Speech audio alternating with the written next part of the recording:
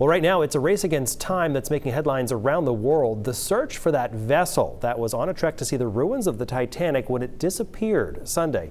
This afternoon, the United States Coast Guard in Boston gave an update about the search effort as the clock runs down. Yeah, as of right now, the submersible has fewer than 40 hours of breathable air left for the 5 people on board. Here's News Center Maine's Chloe Tebow.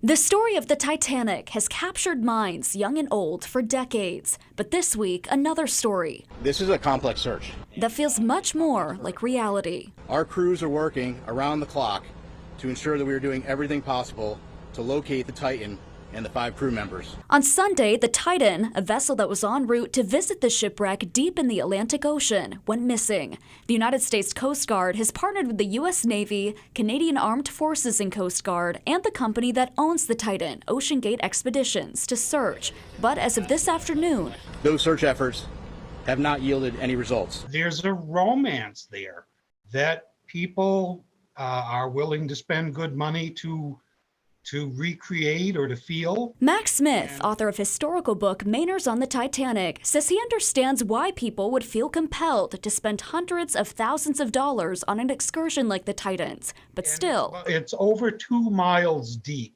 on the ocean floor. It takes quite a bit of time just to get to that depth. For a human being to be down that far, it's incredibly complicated. Complicated in a way Doctor of Science Martin Klein of Massachusetts understands better than most. It's deep, dark, and dangerous. Especially dangerous, Klein says, if the vessel had a tiny crack, which would essentially mean no chance at survival. 2 more hopeful options. One is that they're at the surface somewhere. Another is it has happened where submarines have gotten snagged or one reason or another and just sit on the ocean floor. If the sub is located, that's a question that then the experts need to look at what is the best course of action for recovering the sub. A sub that still has yet to be found. Chloe Tebow, News Center Maine. A lot of people holding on to hope with that one. The Coast Guard says this search is particularly complicated because the shipwreck is located quite far from any land. Yeah, it's 900 miles from Cape Cod, 400 miles from St. John's, Newfoundland.